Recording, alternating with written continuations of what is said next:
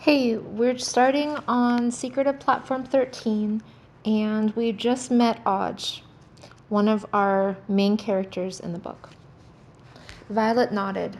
My foot feels comfortable, she grumbled. I must go and dip it in the icy water and turn my toes blue. What did she do with him, with the baby? She pretended he was her own son. He lives with her now. She's called him Raymond Trottle. Raymond Trottle? Repeated Oj. It seemed an unlikely name for a prince. And he's still living there and going to school and everything? He doesn't know who he is? That's right, said Rose, poking a stick into her ear so as to try to draw blood. But in 2 years from now, the gump will open and the rescuers will go and bring him back, and then we will stop wailing and eating burnt toast, and our feet will grow warm, and the sun will shine on our faces. And the queen will smile again, said Lily. Yes, that will be best of all, when the queen smiles properly once more. Oj was very thoughtful as she made her way back along the shore, taking care not to step on the toes of the mist-makers who lay basking on the sand. The prince was only 4 months older than she was. How did he feel being Raymond Trottle and living in the middle of London? What would he think when he found out that he wasn't who he thought he was? And who would be chosen to bring him back? The rescuers would be famous. They would go down in history. I wish I could go, thought Oj, nudging her blue tooth with her tongue. I wish I could be a rescuer. Already she felt that she knew the prince, and that she would like him for a friend. Suddenly she stopped. She set her jaw. I will go, she said aloud. I'll make them let me go. And from that day on, Oj was a girl with a mission. She started school the following year and worked so hard that she was soon top of her class. She jogged, she threw boulders around to strengthen her biceps. She studied maps of London and tried to cough up frogs. And a month before the Gump was due to open, she wrote a letter to the palace. When you've worked and worked for something, it is almost impossible to believe that you can fail. Yet when the names of the rescuers were announced, Oj Gribble's name was not among them. It was the most bitter disappointment. She would have taken it better if the people who had been chosen were mighty and splendid warriors who would ride through the Gump on horseback, but they were not. A wheezing old wizard, a slightly batty fae, and a one-eyed giant who lived in the mountains, moving goats about and making cheese. The head teacher, when she announced who was going in the assembly, had given the reasons. Cornelius the wizard has been chosen because he is wise. Gertrude the Fae has been chosen because she is good. And the giant Hans has been chosen because he is strong. Of course, being the head teacher, she had then gone on to tell the children that if they wanted to do great deeds when they were older, that they must themselves remember to be wise and good and strong, and they could begin by getting their homework done on time and keeping their classroom tidy. When you are a hag, it is important not to cry, but Oj, as she sat on a rock that evening, wrapped in her hair, was deeply and seriously hurt. I am wise, she said to herself. I was top again in algebra. And I am strong. I threw a boulder right across Anchorage Bay. And as for being good, I can't see any point in that, not for a mission which might be dangerous. And yet the letter she had written to the king and queen had been answered by a secretary who said he felt Miss Gribble was too young. Sitting alone by the edge of the sea, Oj Gribble ground her teeth. But there was another reason why those three people had been chosen. The king and queen wanted their son to be brought back quietly.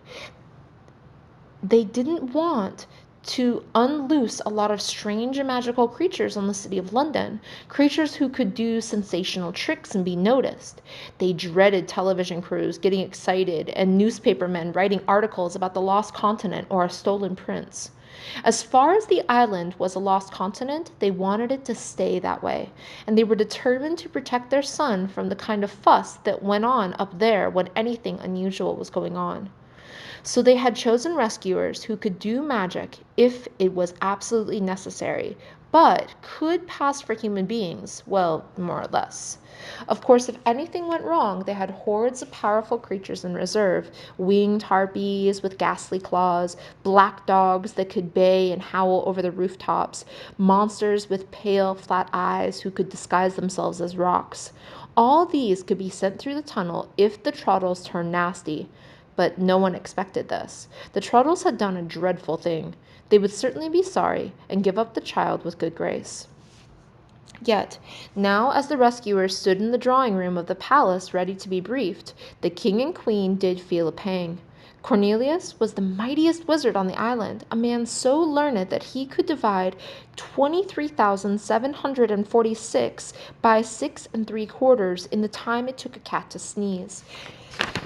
He could change the weather and strike fire from a rock. And what was more important, he had once been a university professor and lived up there so that he could be made to look like a human without any trouble. Well, he was human. But they hadn't realized he was quite so old. Up in his hut in the hills, one didn't notice it so much. But in the strong light that came from the sea, the liver spots on his bald pate did show up rather, and the yellowish streaks in his long white beard. Cor's neck wobbled as if holding up that domed brain-filled head was too much for it. You could hear his bones creaking like old timbers every time he moved, and he was very deaf. But when they suggested that he might find journeying too much, he had been deeply offended. To bring back the prince will be the crowning glory of my life, he'd said. And I'll be there to help him, Gherkintoot had promised, looking at the old man out of her soft blue eyes. I know you will, dear, said the queen, smiling at her favorite fae, and indeed Gherkintoot had already brought up a little patch of hair on the wizard's bald head so as to keep him warm for the journey. True, it looked more like grass, because she was a sort of growth goddess, a kind of agricultural fairy, but the wizard had been very pleased. If the queen couldn't go herself to fetch back her son, and the royal advisers had forbidden it, then there was no one she would rather have sent than this fruitful and loving person. Flowers sprang from the ground for Gurki, trees put out their leaves, and she never forgot the vegetables either. It was because of what she did for those rich, swollen things like marrows and pumpkins, and in particular for those delicious tiny cucumbers called gherkins, which taste so wonderful when picked, that her name, which had been Gertrude, had gradually changed the way it had. And Gherkintoot, too, would be at home in London because her mother had been a gym mistress in a girls' school and had run about in grey shorts shouting, "Well played!" and "Spiffing!" before she came to the island. Gurki had adored her mother, and she sometimes talked to her plants as though they were the girls of St. Agnes' school, crying, "Well grown!" to the raspberries, or telling the lopsided tree to "Pull your socks up and play the game." The third rescuer was lying behind a screen being tested by the doctor. Hans was an ogre, a one-eyed giant, a most simple and kindly person who lived in the mountains putting things right for the goats, collecting feathers for his alpine hat, and yodeling. As giants go, he was not very big, but anyone bigger would not have been able to get through the door of the gentleman's cloakroom. Even so, at a meter taller than the ordinary person, he would have been noticed, so it had been decided to make him invisible for the journey. This was no problem. Fernseed, as everyone knows, makes people invisible in a moment. But just a few people can't take it on their skin. They come out in lumps and bumps or develop a rash. And it was to test the ogre's skin that the doctor had taken him behind the screen.